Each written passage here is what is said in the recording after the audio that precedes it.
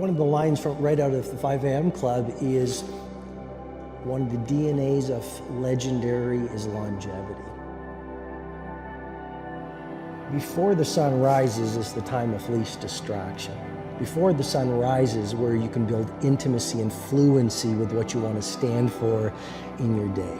Before the sun rises, the luxury and tranquility of the early morning hours, you can do that deep inner work that will allow you to go out in the world and play at your best. When your only metric of your self-worth is something that's so non-important for your self-worth, which is money. Money is ultimately an ancillary effect of living a good, healthy life. At the end of the day, I say, today, what did I do to work on my physical health? You know, did I eat well, move well, sleep well, 8 hours? Emotional health, am I good with the relationships around me and my friends? And, you know, am I removing toxic people from my life? Emotional health is very important. And then creative health, I exercise what I call the idea muscle. So I take a pad and I write 10 ideas down every single day. And for me, like the minute I feel some sort of anger, some sort of jealousy, some sort of frustration, most of the time I go, oh, you're getting mad, that's your ego. You're getting emotional about this. Take a step back and listen to what the other person's saying. Take a step back and try and see it from their perspective. Take a step back and try and understand what they're trying to say. It's not just out of their comfort zones. It's to change your reality. Okay, you know, your reality is different than my reality, and you know your followers' realities are all different. But it's to change your reality and to make yourself accountable. That's not just getting outside your comfort zone, making yourself accountable. Okay, not just accountable, not accountable to somebody else, accountable to you, me, you know, yourself, because that's the ultimate. Ultimately, that's the only person you should be accountable to, is yourself. And we grow up that we don't hold ourselves accountable enough.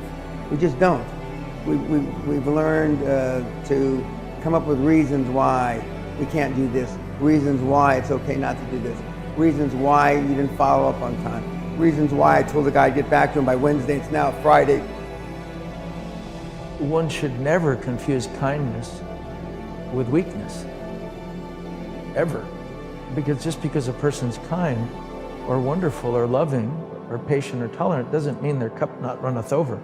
That what I'm trying to do is keep a boat floating and they're trying to sink it. I have no tolerance for that. So you can keep your sentient, if you will, concepts about yourself, but at the same time you have to be strong enough to, otherwise you will fold. What we are is just an aggregation of what we choose to value in this world. If I value money more than anything else, that will come to define me through my actions, my behaviors, what I invest my time and attention into. If I value family, that will define who I am, because everything else will flow from that. What I'm able to do is, if I want something, I go into the future in my brain, which is powerful, and I visualize exactly what I want. So I'm there, I'm in my future. And then I think about every single thing I need to do to make that happen, and every single thing that could stop that from happening and what I need to avoid. Then I go right back, just in the future, thinking about watching myself on my television network. So because I do that, that means I have to think what would be the worst case scenario, and then I have to think what would be the best case scenario. And then I eliminate every single thing that I think could happen, which I call art detecting. Similar to when we talked about trust and building trust and giving trust, if I want to gain the ability to influence you, well then what I have to do is give you the ability to influence me. The more I allow you to influence me, the more open your mind gets for me to influence you. So that's what I'm gonna do. I'm gonna allow you to influence me, and the more I allow that to happen, the more influence I'm gonna have.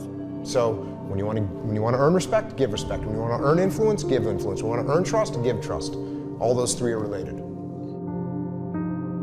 I just fixed my mind to just say, like, what's for me is for me. No one can take it from me. And what's for someone else is from someone else, for someone else, and I can't take it from them. And in terms of the grief of the frustration of certain things not working out or not being fair, I just fixed my mind to say, okay, so sometimes these things aren't fair, and I have a choice. I can be mad, I can be upset, I can be hurt, I could be, jilted and have a chip on my shoulder, or I can choose to say, let me just do what I can do to change things for the little girl behind me. Let me continue to push forward and be very thankful and happy for the things that I do get a chance to do.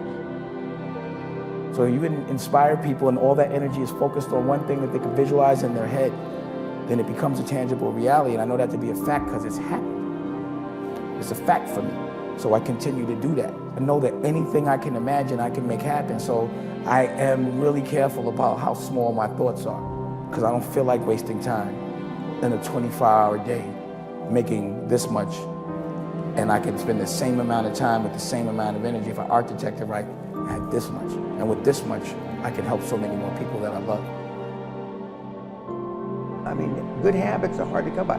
But what's even harder to come by are people that have good habits that you can be around. That's even tougher because you are, as I've said before, you are the average of the 5 people that you spent the most time with growing up. Show me your friends now and I'll show you your future. What are the beliefs that I want to focus on so they expand inside of me? Even the thoughts that I want to focus on. What are my values? What are the behaviors that I need to embody, right? So you read these affirmations every day and you're programming yourself to live in alignment with that program that you've designed.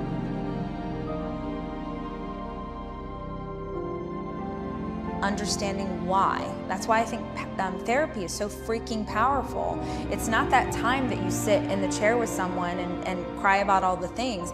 It's that moment where you're like, oh my gosh, that's why. If you know why, you can learn how to navigate around something. But I think if you don't know the core of the problem, you can't move past it.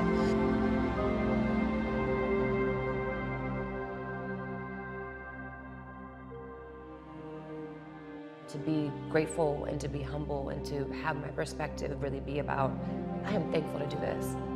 This is exciting.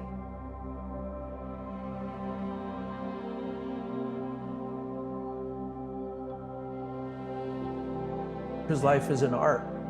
You can't forget that life is an art. Can the average fellow go to Walmart and afford it's like a tray? Yes, it might be $3. Can you afford a cup instead of a paper cup? Might be $1. Now, can you put your favorite coffee in that cup? Can you go to a market or something and get a nice blueberry muffin? Can you make that look pretty, put a flower on that tray? Now can you go give it to your husband or your wife? It's the art of life